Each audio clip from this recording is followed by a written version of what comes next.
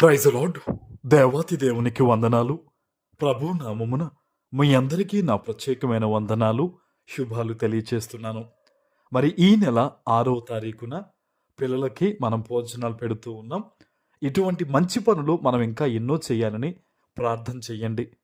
ఈ దినము కొరకు ఏర్పాటు చేయబడిన దేవుని వాగ్దానము 14వ కీర్తన 7వ వచనము.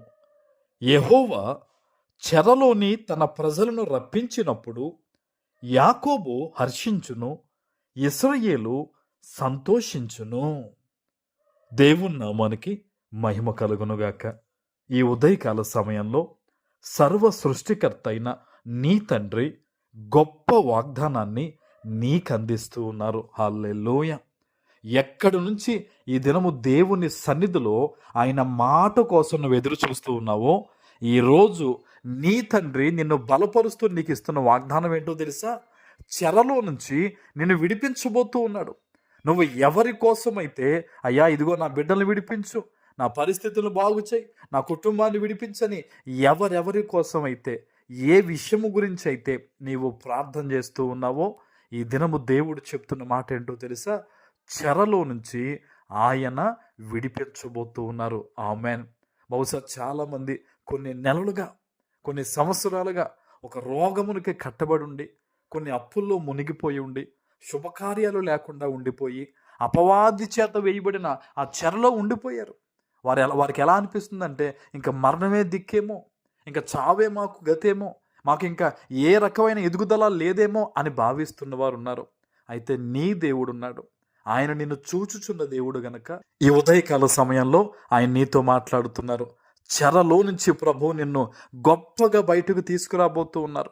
నీ ఆర్థికపరమైన విషయాలన్నిటిలోంచి, కోర్టు కేసుల్లోంచి, నువ్వు ఏ విషయాల్లో దేవుని సన్నిధిలో ప్రార్థన చేసేటప్పుడు నమ్మి ప్రార్థన చేస్తావో ఆ విషయాలన్నిటిలో కూడా దేవుడు అద్భుతమైన జవాబు, విడుదల నీకు ఇవ్వబోతూ ఉన్నారు. ఆమెన్.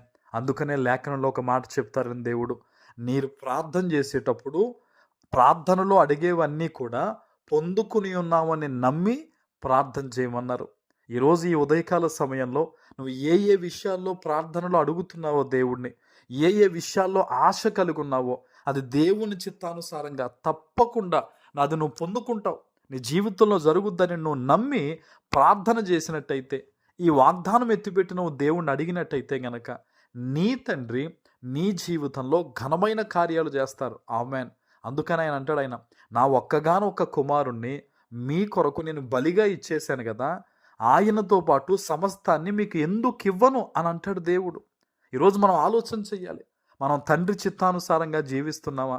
ప్రతిరోజు ఉదయం లేచినప్పటి నుంచి రాత్రికాల సమయం వరకు మనం దేవుని చిత్తానుసారంగా జీవించడానికి కనీసం ఆలోచన చేస్తున్నామా?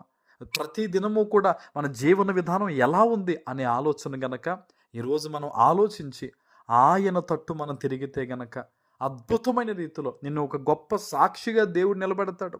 ఎవరెవరి ముందైతే నువ్వు అవమానపాలయ్యావో, ఎవరెవరైతే నిన్ను విడిచిపెట్టి వెళ్ళిపోయారో, నీ మీద నిందలు వేశారో, నిన్ను దూరం పెట్టారో, వాళ్ళందరి ముందు కూడా నీ నామాన్ని దేవుడు గొప్ప చేస్తాడు. ఆయన ఒకటే కోరుకుంటున్నాడు, నువ్వు నీతిగా యథార్థంగా ఉండాలి, ఆయన కొరకు నమ్మకంగా జీవించాలి.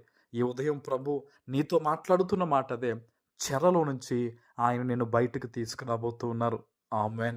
ప్రార్థన చేసుకుందాం. పరిశుద్ధుడా, ప్రేమ కలిగిన తండ్రి, మీకు వందనాలు.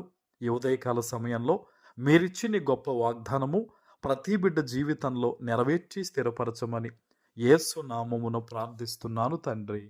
ఆమెన్.